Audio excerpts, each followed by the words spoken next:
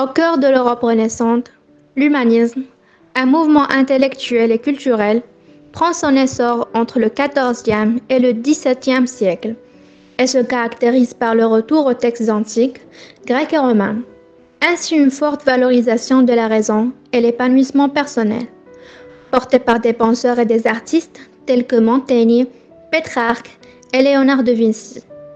Ce mouvement est favorisé par l'invention de l'imprimerie au XVe siècle, qui permet une diffusion plus large des idées et du savoir. Cette période est marquée par des changements historiques, sociopolitiques et religieux, l'essor d'une classe moyenne riche et la montée des États-nations qui réduit l'influence des féodalismes de l'Église, ouvrant la voie à une nouvelle façon de penser. Comment l'humanisme a-t-il transformé l'éducation en Europe après plusieurs siècles de la domination théologique?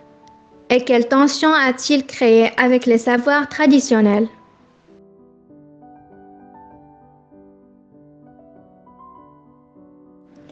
Dans cette vidéo, on va savoir comment l'humanisme a transformé les contenus éducatifs de la Renaissance. Il s'agira aussi de comprendre comment l'introduction de ces nouvelles valeurs éducatives a engendré des tensions avec les savoirs traditionnels, médiévaux et religieux, et a permis l'émergence de nouvelles approches scientifiques, marquant ainsi un tournant dans l'histoire de l'éducation.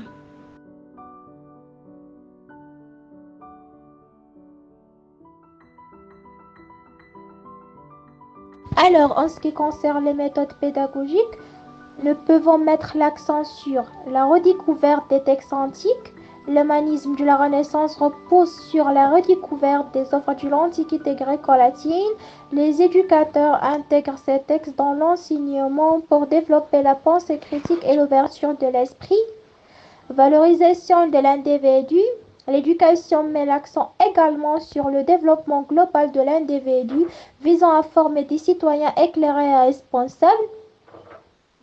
Ensuite, la méthode socratique et le dialogue. Les enseignants encouragent l'échange et le dialogue suivant la méthode socratique pour aider les élèves à développer leur réflexion personnelle plutôt que de leur imposer des connaissances. N'oublions pas l'étude des langues anciennes. Le latin et le grec sont enseignés pour permettre aux élèves d'accéder directement aux textes anciens considérés comme des sources de sagesse et de vertu. Le développement des compétences pratiques. En plus des connaissances théoriques, les humanistes de la Renaissance valorisent les compétences pratiques incluant les arts, la musique et les disciplines physiques pour former des individus équilibrés.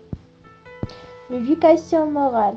L'éducation durant la Renaissance vise aussi à inculquer des valeurs morales et éthiques, influencées par des penseurs comme Erasme, La Montaigne, qui voient en elle un moyen de perfectionner l'âme humaine. Les contenus éducatifs durant la Renaissance influencés par l'humanisme se sont diversifiés, y compris la littérature antique. L'étude des textes de grands auteurs grecs et romains comme Homère, Platon pour inculquer la sagesse et la vertu. La philosophie, l'exploration des concepts humanistes, développement de la pensée critique et du questionnement éthique. Les langues anciennes, l'apprentissage du latin et du grec, est essentiel pour lire les œuvres originales et comprendre les fondements de la culture occidentale. L'histoire, l'étude des civilisations anciennes pour offrir une perspective sur le progrès humain et le développement des sociétés. L'éducation physique, l'exercice physique valorisé par un développement harmonieux du corps et de l'esprit. L'éthique et la morale, l'inculcation du valeur de respect, l'honnêteté et de responsabilité pour former des citoyens vertueux. La rhétorique et l'éloquence, maîtrise de l'art et du bien parler et argumenter considérée comme une compétence essentielle pour participer activement à la société. Les éducateurs de la Renaissance transmettaient les connaissances des auteurs antiques, comme Platon, Aristote et Cicéron, dans une approche humaniste qui valorisait l'esprit critique et l'autonomie. L'éducation visait à développer des citoyens vertueux et responsables en insistant sur les valeurs comme la justice la sagesse et la modération. Les éducateurs enseignaient également les arts et les sciences, contribuant à l'essor de l'art, de la peinture, de la sculpture et des sciences au cours de la Renaissance. Les apprenants de la Renaissance étaient considérés comme des futurs citoyens éclairés, aptes à prendre des décisions éclairées pour le bien de la communauté.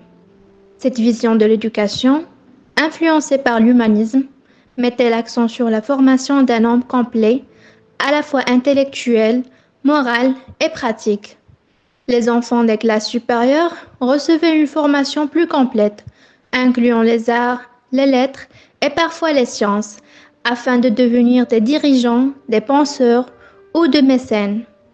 Les artisans et les marchands avaient souvent une éducation plus technique, mais certains recevaient également des formations en langue et en culture générale.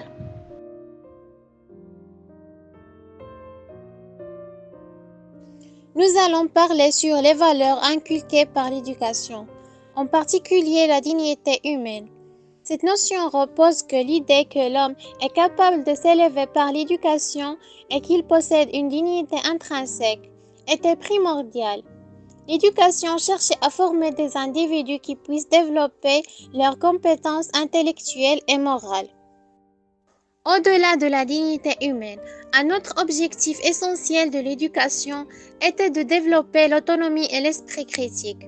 Les éducateurs encourageaient les élèves à penser de manière autonome et à ne pas accepter les idées toutes faites, mais à les remettre en question par la réflexion et le débat. En plus de l'autonomie et de l'esprit critique, l'éducation visait également à transmettre d'autres valeurs fondamentales, par exemple les vertus morales. Des valeurs comme la justice, la modération, le courage, la sagesse et la tempérance étaient mises en avant pour former des individus équilibrés et vertueux, capables de mener une vie juste et responsable. Par ailleurs, l'éducation mettait aussi l'accent sur une autre valeur, le sens de la responsabilité civique. L'éducation visait à préparer les jeunes à être de bons citoyens, engagés dans la vie publique et conscients de leurs responsabilités envers la société. Cela inclut la participation active à la politique et aux affaires publiques. Après avoir exploré les valeurs inculquées par l'éducation, intéressons-nous maintenant aux objectifs qu'il visait à atteindre. L'objectif est de former des individus capables de réflexion critique, ouverts aux idées nouvelles et engagés dans des principes de justice, de vertu et de bien commun. Les apprenants sont incités à remettre en question l'ordre établi et à penser de manière autonome. Revenons un instant sur l'impact de l'éducation sur l'individu et la société. D'abord sur l'individu.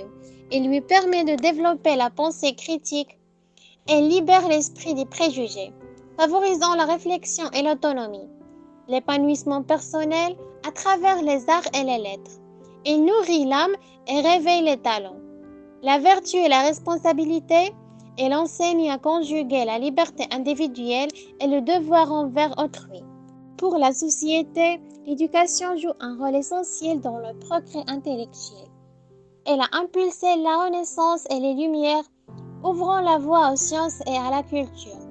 Fondement de la démocratie, liberté et égalité, valeurs humanistes, inspire justice et droits humains. Tolérance et paix. Elle prône la compréhension et la diversité culturelle. En somme, l'humanisme a transformé l'éducation à la Renaissance, en mettant l'accent sur les arts et les sciences humaines et en remettant en question l'enseignement théologique dominant. Cela a créé des tensions remarquables entre les savoirs traditionnels et les nouvelles approches scientifiques. Aujourd'hui, cette influence se retrouve dans l'éducation moderne, qui valorise la pensée critique et l'innovation, tout en équilibrant la tradition et le progrès.